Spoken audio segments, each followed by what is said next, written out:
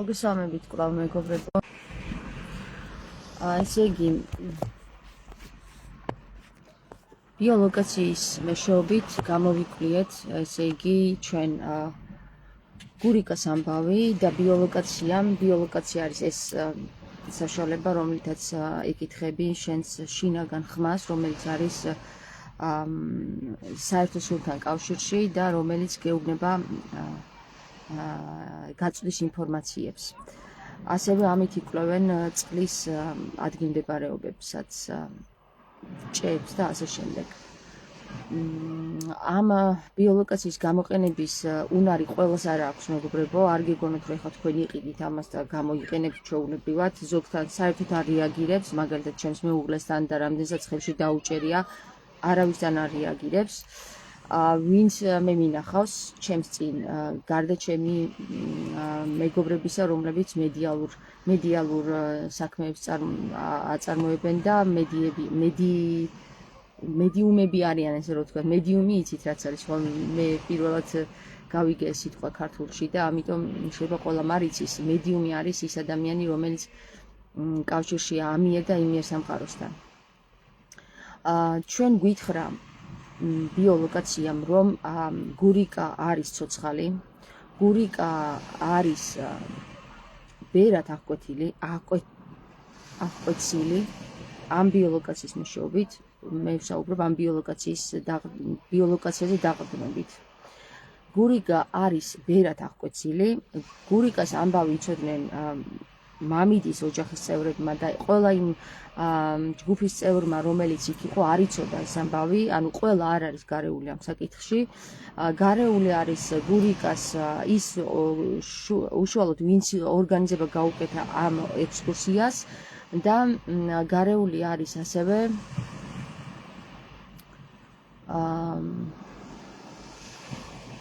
მამიდა, რომელიც არ ჩნდება.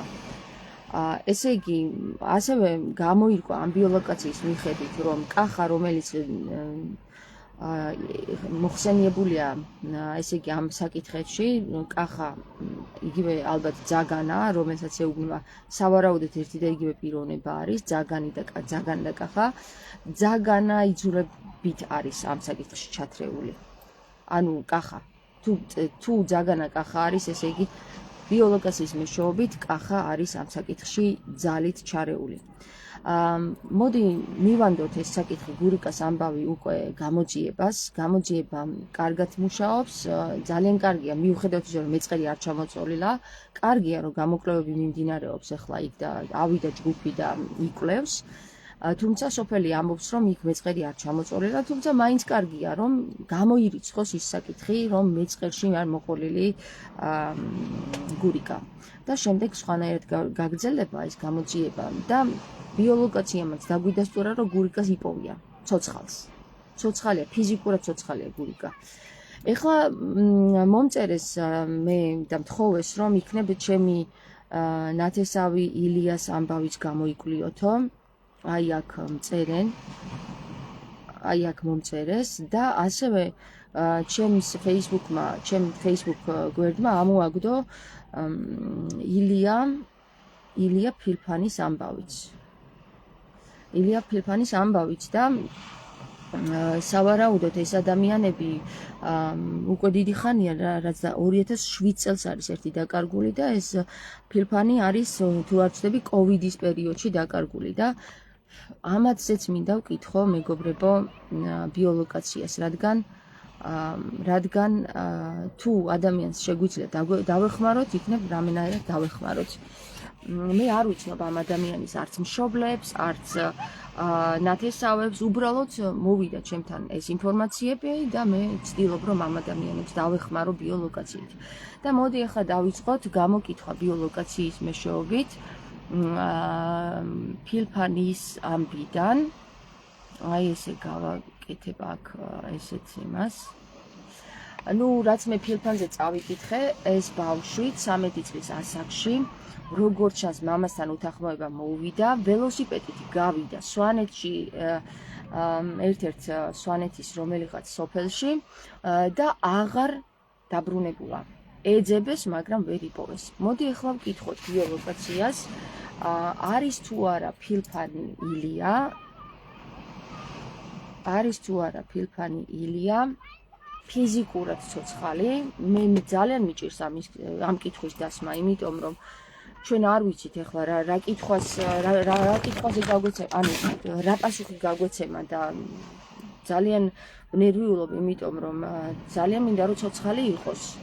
და ამიტომ შინაგან ხმას ვკითხავ ჯერ, გვაქვს თუ არა უფლება დავსვათ კითხვები, ეს აუცილებელია მეგობრებო, შინაგან ხმას შეეკითხო, გაქვს თუ არა უფლება დასვა კითხვები და თუ უარს იტყვის, მე არა მაქვს უფლება რომ შემდეგ კითხვები დაუსვა და თუ დადებით პასუხი მოგვივა, ჩვენ დაუსვათ რამდენიც გინდა იმდენი კითხვა. ესე იგი, მაქვს თუ არა უფლება დავუსვა ილია ფილფანზე კითხვები?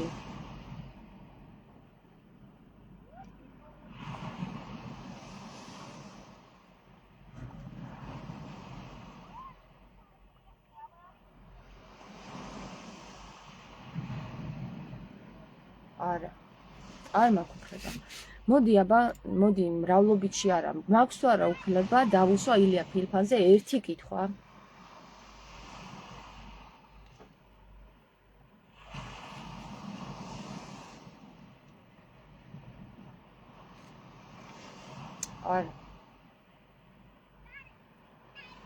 არა მაქვს უფლება, მეგობრებო. მოდი აბა ვკითხავ ახლა. აქვს თუ არა მშობელს რომ დაუსვას ილია ფილფანზე კითხვა?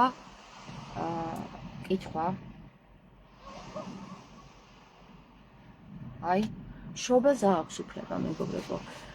ნახეთ, თუ მშობელს უფლება აქვს, მაშინ უნდა დამიკავშირდეს მშობელი. სავარაუდოდ, როგორც ჩანს, ეს ამბავი საჯარო არ უნდა იყოს და მშობლის გადასაწყვეტია რა კითხვას დასვავს. ამიტომ თუ მშობელი მოისურვებს იმას, რომ დაუსვას კითხვა, ხომ? მაშინ დამიკავშირდეს და მე დავეხმარებ იმას ამ მეშვეობით, ანუ ამ ბიოლოკაციის მეშვეობით. თუ მშობელს არ აქვს სურვილი, მაშინ მე არ მაქვს უფლება რომ დავუსვა კითხვა. მოდი ახლა გადავიდეთ და ვუსურვებ იმ ადამიანებს, ვისაც დაკარგული ყავს შვილები, რომ იპოვოს ცოცხლად იპოვოს და ფიზიკურად ცოცხლად იპოვოს. მით უმეტეს ბავშვების დაკარგვა არის ძალიან ტკივნეული საკითხი ჩემთვის, იმიტომ რომ სულ ბავშვობაში, ესე იგი, სკოლა იყო ცოტა მოშორებით, რომ დავდიოდით, ეს შიში გვაქვს ჩვენ, რომ აი არავის არ დაელაპარაკოთ, იქ მანიაკები დადიოდნენ, იქ რაღაცა, იმდენად შიში მაქვს, მე პირადად შიში გავიზარდე, რომ არავის არ დაელაპარაკოთ, არ გაყვეთ, არ მოგიტაცონ და აი სულ შიში გავიზარდეთ, რომ არ მოგიტაცონ. და ამიტომ რაღაცნაირად ძალიან განვიცდი მე ბავშვების დაკარგვას რა. ვიგრძენი რომ არა სიტყვა და ბიოლოკაციაო. ხო, სოფ, აი ამიტომ ბიოლოკაცია არის ესეთი რამ, რომ ყველას ვერ შევპირდები რომ დავეხმარები. თუ ნება არის ზეციდან, მაშინ ეხმარებიან ადამიანებს. თუ ნება არ არის, მაშინ ვერ ეხმარებიან. მოდი ახლა გადავიდეთ ჩვენ მეორე ილიას ამბავზე, რომელზეც მთხოვეს, აი ეს 2007 წელს ერთ-ერთი ადამიანის ბიძაშვილი ილიას დაკარგვის ამბავი. მე არ ვიცი ახლა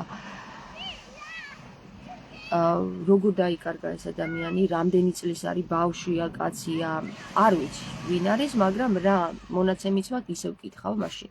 კარგით?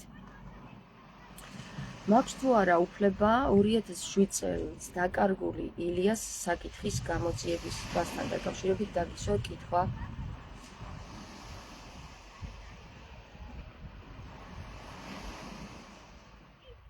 მაქვს უფლება და ერთ კითხვას დავსვავ, რადგან ერთი კითხვაზე მომეცა ნებართვა. ბიძაშვილი ილია ხმალაძე გავიდა სახლიდან და დაიკარგა, იქნებ იმაზეც გვითხრათ, რამე გთხოვთ, არ ვიცით ცოცხალია თუ არაო.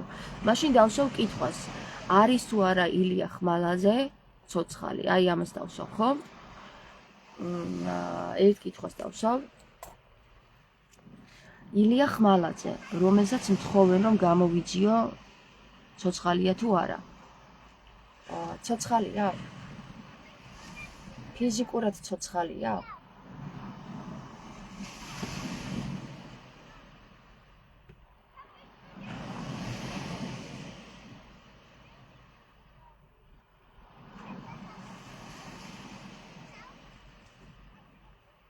ცოცხალია ნაწილობრივ. ანუ ნაწილობრივ ცოცხალიას როცა მეუბნება, მე უკვე დაფიქსირებული მაქვს ესეთი რამ. ნაწილობრივ სიცოცხლეს ნიშნავს ის, რომ ბერად აღკვეცილია, როგორც ჩანს. ბერობა არის ნახევრად სიკვდილი, ანუ რო იცოდეთ, ბერობას ვინც განაცხადებს, ის უკვე მკვდრად განაცხადებს ხოლმე თავის თავს და რადგან ბიოლოგია მეუბნება, რომ ნაწილობრივ ცოცხალია ფიზიკურად, ესე იგი ფიზიკურად ის ცოცხალია, მაგრამ გადის მკვდრებში. ხვდებით ხომ? ანუ როგორც ახლა ბიოლოგია მეუბნება, ილია ხმალაძე არის ფიზიკურად ცოცხალი. დიახ. მეგობრებო, მე შემიძლია დავეხმარო იმ ადამიანებს, ვისაც ადამიანები ყავთ დაკარგული, ბავშვები ყავთ დაკარგული. მაგრამ თუ კი თქვენ მომწერთ, აი მომავალში როგორ იქნება ჩემი საქმე და ჩემი შვილის საქმეები და გათხოვდება თუ არა, ესეთი ამ მსგავს საკითხებზე ნუ შემაწუხებთ ძალიან თქო, იმიტომ რომ ეს ამბავი მოითხოვს ენერგიას და ჩემი წილი ენერგია, რომელშიც უნდა ჩავდო, არის დავეხმარო იმ ადამიანებს, ვისაც დაკარგული ყავთ შვილები და არ იციან ეძებონ თუ არ ეძებონ თუ სად ეძებონ და როგორ ეძებონ, ხვდებით? და ამაში მე ჩემს ენერგიას, ინვესტიციას გავუკეთებ, მაგრამ ის რომ ადამიანი გათხოვდება თუ არა, ცოლს მოიყვანს თუ არა, ეს ჩემი საქმე არ არის. ეს გამოირკვევა დროში და ეს უბრალოდ ცნობის მოყვარეობის საკითხია და ცნობის მოყვარეობას არ ვუკვებავ მე. მე ვუკვებავ ადამიანებს, რომლებიც მართლა ეძებენ თავის დაკარგულ შვილებს. რომელი ადამიანებიც არიან გასაჭირში და შეუძლიათ რომ აი ეს გასაჭირში მყოფი ხალხი იხსნან. როგორც მაგალითად ქალბატონი სოფო ამბობდა ერთ-ერთ ვიდეოში, რომ მე არ ვიცი ჩემი შვილი ცოცხალია თუ არა, მე მესიზმრება ჩემი შვილი და მეუბნება რომ გამომიყვანე აქედან და აი ეს უკვე იმას ნიშნავს, რომ ადამიანი კომუნიკაციას ამყარებს დედასთან, ადამიანი რომელიც გასაჭირშია და ეუბნება რომ გამომიყვანე, ანუ დედას ისევ დედა არის გადამრჩენელი ამ პიროვნებისთვის, სხვა არავინ. ამიტომ ასეთ ადამიანებს მე დავეხმარები, მაგრამ მე ვერ დაგეხმარებით თქვენ, რომლებიც აი რაღაცა სახლი ვიყიდო თუ არა, ვალებს გავისტუმრებ თუ არა, ეს რაღაცები არ მაინტერესებს მე რა. ხვდებით ხო? სიცოცხლეს რაც ეხება რა, ადამიანის სიცოცხლეს რაც ეხება, ამას კი ბატონო. მოკლედ მე ყველა დაკარგული შვილის დედას ვუსურებ შვილის პოვნას ცოცხლად, ფიზიკურად ცოცხლად და მკვდრები აღსდგებიანო, ასეა ნათქვამი ბოლო ჟამს და მართლაც აღსდგებიან მკვდრები და ნახოთ აბა. დაიწყო ეს დრო, ჟამია უკვე ბოლო ჟამია, ბოლო ჟამის დასასრულია და აწინ მკვდრები უნდა აღსდგნენ და აგერ თამარ მეფის აკლდამით დაიწყო და გაგრძელდა ახლა უკვე დაკარგული და მკვდრად აღიარებული, მკვდრად ჩათვლილი ადამიანების გამოჩენები დაიწყება. ასე რომ გისურვებთ წარმატებებს.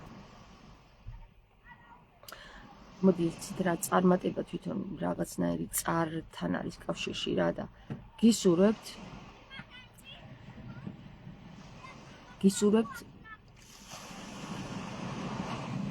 მისიის აღსრულებას. აი ესე ვთქვა რა, თქვენი მისიის აღსრულებას გისურვებთ. ბოლომდე მიგიყვანოთ.